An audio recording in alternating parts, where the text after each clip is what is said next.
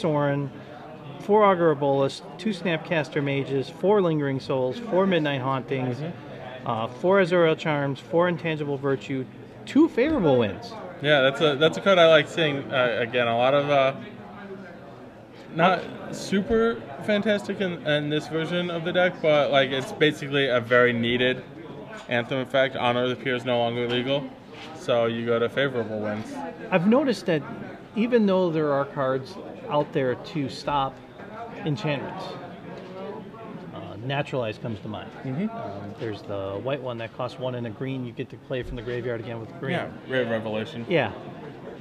Nobody's playing it. I mean, I don't see Naturalize on Jund lists or anything like that at all. So him being able to play 6 abilities to pump up his tokens almost becomes unstoppable. The most played enchantment removal card is probably Golgari Charm. Yes. Or Detention Sphere. No. Those are the ways people are choosing to kill enchantments. There's not dedicated stuff, but yeah, for the most part, these cards are safe. We are at game 2 here. Josh is up 1 game to nothing. Both men are shuffling up here. It looks like Alex is ready to go. Josh, I believe, is going over his hand. Alex mulled. Okay, so he went to 6. All right. Hallowed Fountain from Alex, and Josh calls. Yeah. Well, it looks like he has Sorin in his hand. I saw that real quick, and Jace in his hand. Turn 2, nothing. Passes land, passes turn. So Alex has 2 Jace Architect of Thoughts in his sideboard.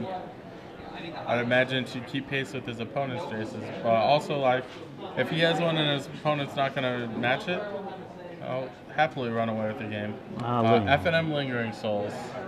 Too bad it didn't come with F&M Spirit tokens. I feel like F&M Lingering Souls should come with F&M Spirits.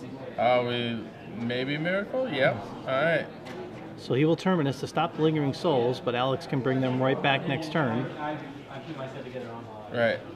If Josh has a bunch of lands in his hand, I would have preferred to save a Terminus for a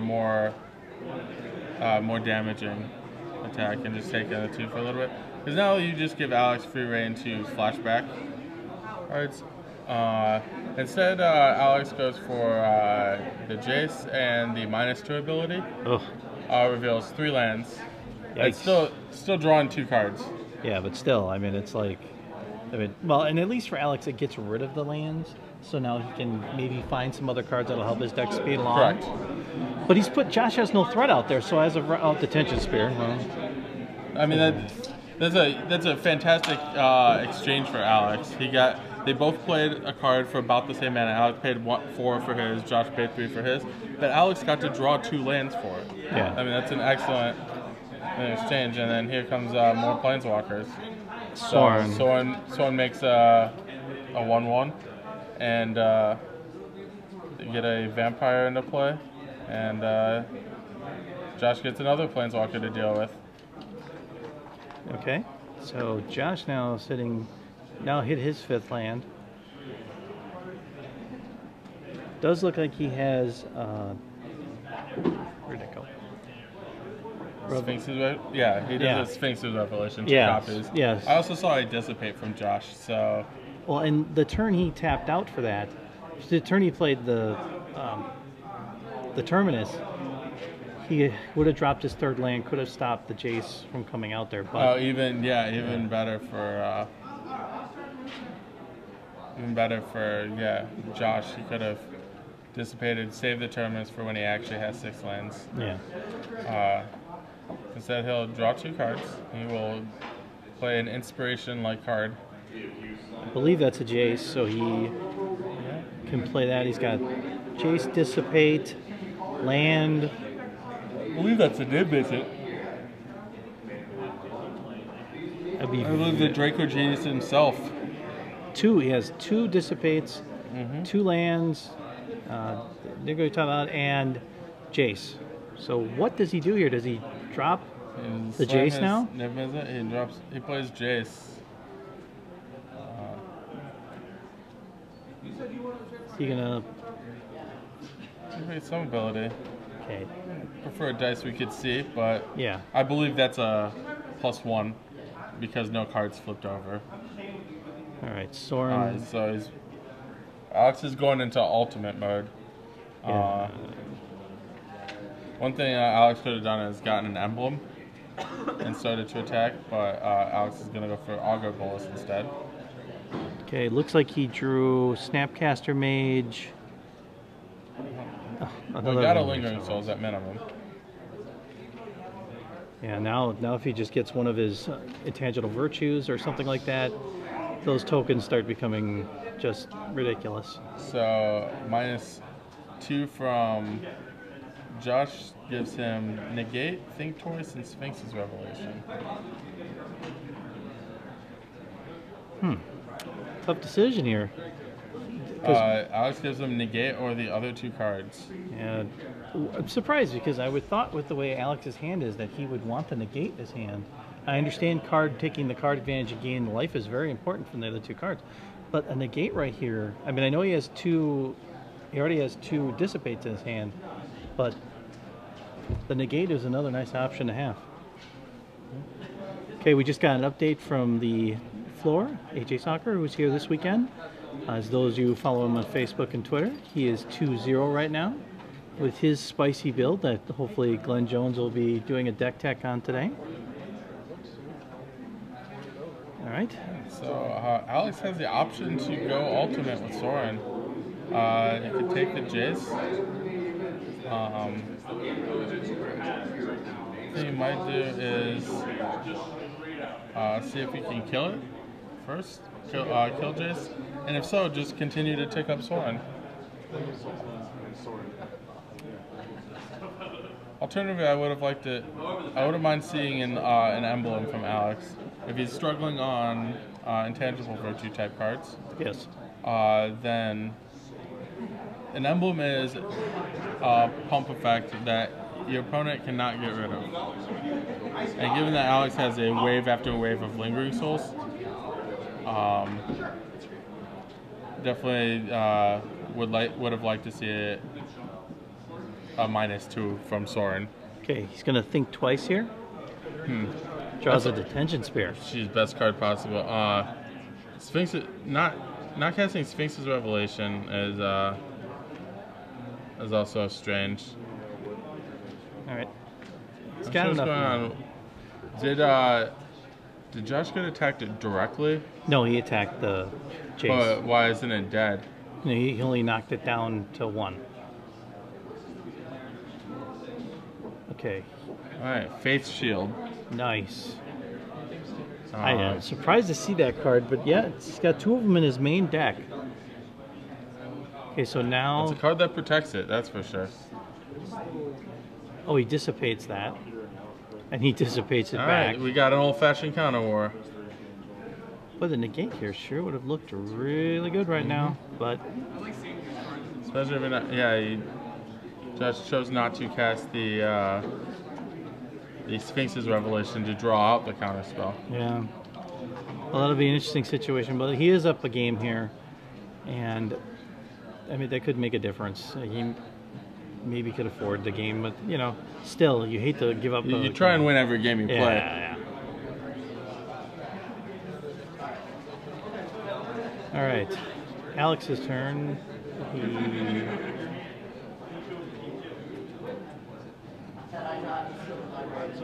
Looks like he had another Soren there in his hand, I believe, if I'm not correct.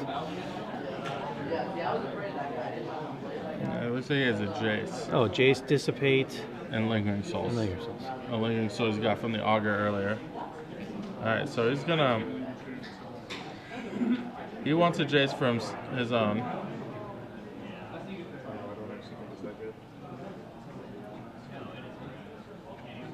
Now he's going to use the ability from Augur. Okay, so he uses Soren on his own Augur, as well as the Jace. Unfortunately for Alex, Jace gives a triggered ability, so Alex did not have a good attack that turn because Josh's +1 Jace. So. All right. He's got a he eventually is going to have to. He's going to have to do something here because I mean I know he's not in no danger of losing life total, but he's got to. He's definitely losing on the board. Yeah, he's losing on the board. He needs to Yeah. get something going here, and I'm surprised. I believe Detention Sphere is going to be card. Nope. Nib Mizzet Draco Genius. I believe that's a foil Nib Mizzet too. Wow. Man. He's blinging out. Well, his lands, a couple of his lands are foil too. I mean, actually, 3 of the lands that we see on there are foil for sure. All right. Alex responds with a Forbidden Alchemy. I'm gonna find. He's got 2 more Dissipates in his deck. Alex does. Okay, we saw the Oblivion Ring's going to go to the graveyard, along with a land. And I think it was an favorable wins. Yeah. That looks like a blue card. That could have been that could have been Intangible Virtue too. Oh no, Favorable Ones. That was Favorable Ones. Yeah, that's right. Favorable Ones. Okay.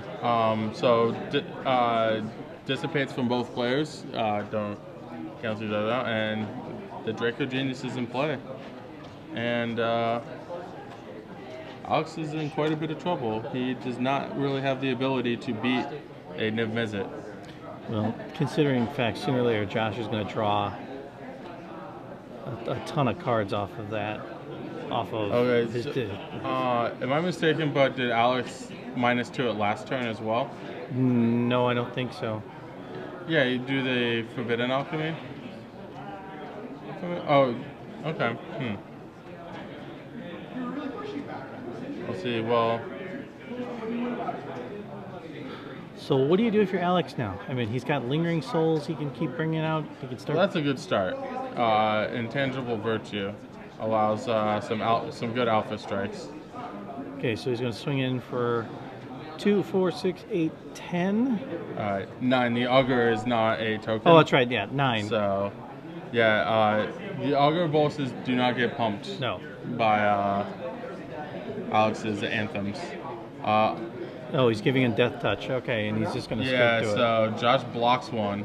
I think that was quite a bit of a mistake because that let Alex use his Vault of the Archangels to kill the Niv Mizzet. And Josh either discussed it with himself or realizing he can't win from that position, scoops him up. We are off to Game 3. Those of you just joining us, we are at SCGINDY. I'm Robert Martin, joined in the booth by Anna Prozac. We're watching Game 3 now of Alex Binek against Josh Glantzman. Esper tokens, blue, white, red control, which we talked about earlier, which we didn't know if it was going to be stay. Josh thinks it's going to. But he put his own spin on it with putting Nisvet in it, and that's something. Well, even when the Todd Anderson and Brad Nelson, a bunch of other people, David McDarby had access. He played the same deck. He decided he wanted some Niv Mizzets in his deck. So he played a bunch of copies, was very happy with it, actually. I actually, personally, I think it's better than Entreat the Angels. Entreat the Angels definitely steals games a lot better. Yeah. But Niv Mizzets, you know what you're getting out of Niv Mizzet when you play it. Well, here's my question for you on that, is that working in teams, obviously, when it comes to building decks and stuff like that, you have an extreme advantage. When it comes to they always say flexibility with like 5 out of the 75 cards, the last 5 maybe. How important is it for you to, if the group says we're going to go like with Entreat the Angels and you go with Nisvet, how much in that final discussion are you guys having with, is the group saying, no, you really should go with Entreat, no, I really want to do this? Is there like, how does the difficulty go with that? Most good people, I don't really have like a team I test with per se, but most people I talk with and work on decks with, they're just like, I am a big proponent of play the cards that make you feel comfortable in a match. Like I know for one personally, you couldn't pay me enough money to play Entreat the Angels. Okay. It's just not like the type of card I'm willing to play. When I want to kill somebody, I want something that's stable that kills them when I want to kill them. I don't want to have to be like, oh, I guess I'll Miracle and I'll play Angels this turn and hope it's good. It's also a very expensive sorcery, which I'm not a huge fan of. Well, I guess I didn't hear that from you directly. What were your thoughts on the miracles in general? Oh, I mean, yeah, we can. Miracle is it's a very sweet. Let's just say miracles weren't designed for my type of player. I like things. I like the unpredictability to come from my opponent, not from his cards. Ah, okay. I enjoy games where, see, I enjoy the fact that like Josh might draw like a Niv Mizzet as opposed to an Entreat the, you know, as opposed to having the same cards over and over. And we're back on game 3. Okay. We got some foils from Josh, and cards that still tap for 2 colors of mana from Alex. All right. There's Augur Bolts is the first non-land on the board. Resolves and whiffs, so we in Luring Grid Warden mode. But that's okay because he gets through his deck more to find more cards that fits what he's going to play. All right. Turn 3. Josh now has all his colors available to him. Yeah. Sometimes the 1/3 is good. It's in this type of matchup, you really need to hit the card. It's really about card advantage comes into play a lot, and these this type of match where you have like a mid-range blue deck versus a super controlling blue deck. When you're the creature deck, as Alex is basically taking the role of. Yeah. You really need the extra card advantage so you don't get outclassed going along. Okay, Jace got met with Dissipate. Alex played a 4th land, swung with Augur, passed his turn. And I joke about this card, but Josh played my fake invitational card. If I won an invitational, I would probably submit something like Desolate Lighthouse. Oh. Just my perfect card. Well, there's the intangible virtue that would have helped him last turn. Yeah. There's Desolate Lighthouse coming into action. No tokens yet from Alex, so the virtue's not doing anything yet. Yeah, as we saw, Josh's hand had like at least 3 other land in it. So land is not a problem for him. There's you see Niv Mizzets. Oh yeah. I believe there's also is that a Jace Memory Adept? Yeah, it looks like Josh has 2 copies of those. I can't imagine if Josh is going to play this many big cards at a time, I can't imagine him not playing one this turn. So he goes. Maybe he's just deciding which one he wants to play. Well, he's probably trying to see he'll bait out. He'll get a Dissipate to come out here. Yeah, he's seeing which one he wants to resolve. Honestly, I'd rather resolve the Jace, but as it turns out, Alex would have punished him for playing the Jace. Okay. Whereas, so Nimbus is definitely the right play. Now there's the Moorland Haunt to get 2 tokens out there that are both 2/2s now. Mm-hmm. It's Midnight Haunting from Alex Binek. Untaps facing down. I don't think he's going to fall for a Vault of the Archangel trick this game. Not that Alex has one, but still.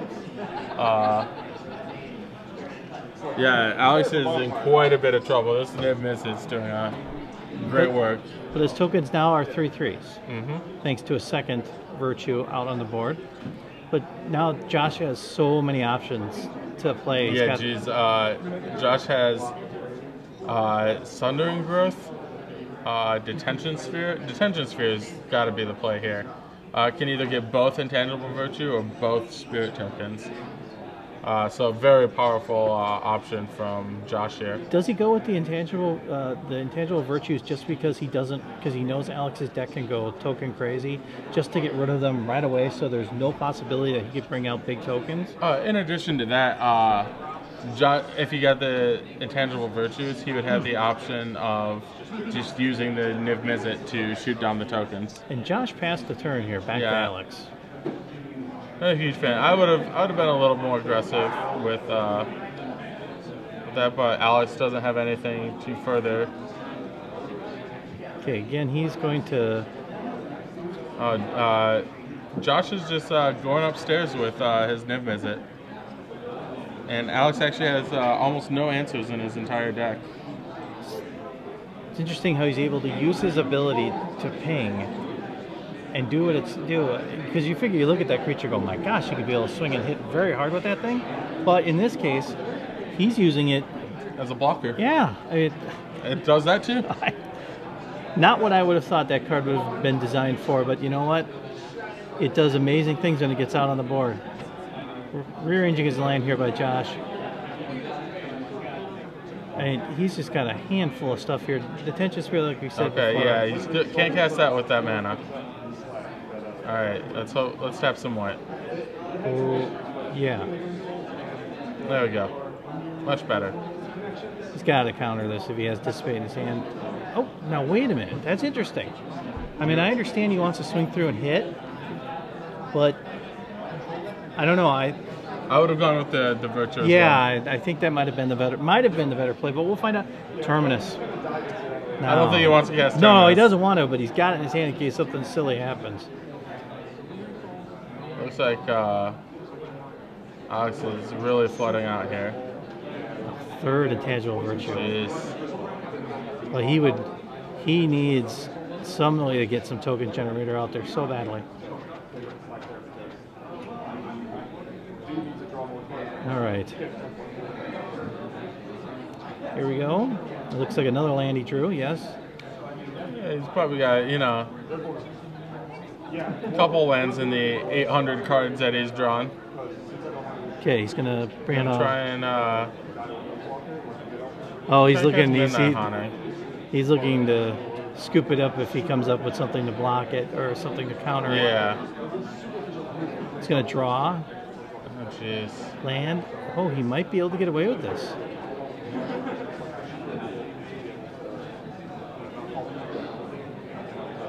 All right. 2 Snapcaster Mage, maybe? He's got a Snapcaster, but nothing. Oh, no, he's going to draw again. Oh, there it is. Of course. And that's it. And congratulations to Josh, winning 2-1 over Alex.